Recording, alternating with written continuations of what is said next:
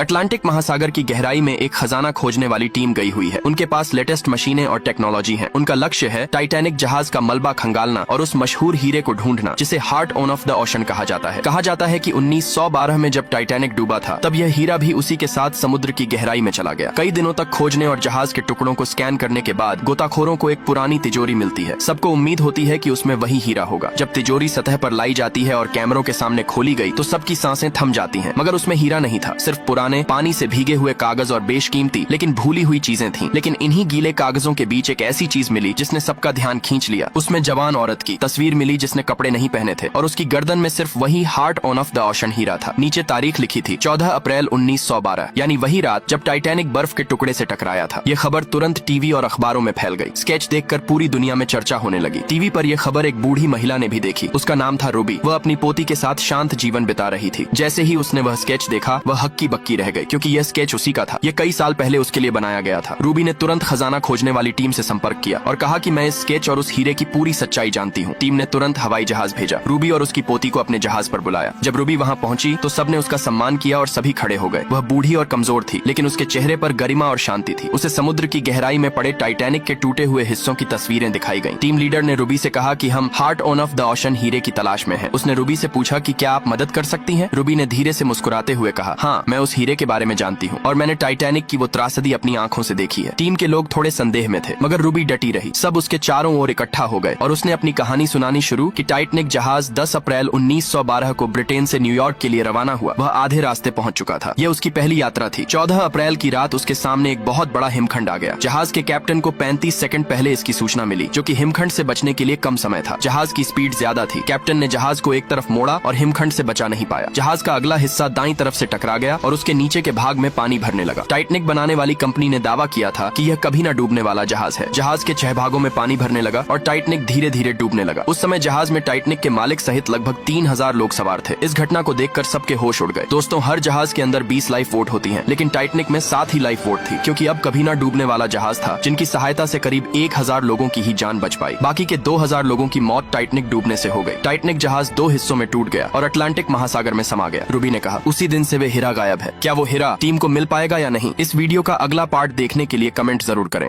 और फिर video like करने पर पार्ट 2 मिल जाएगा।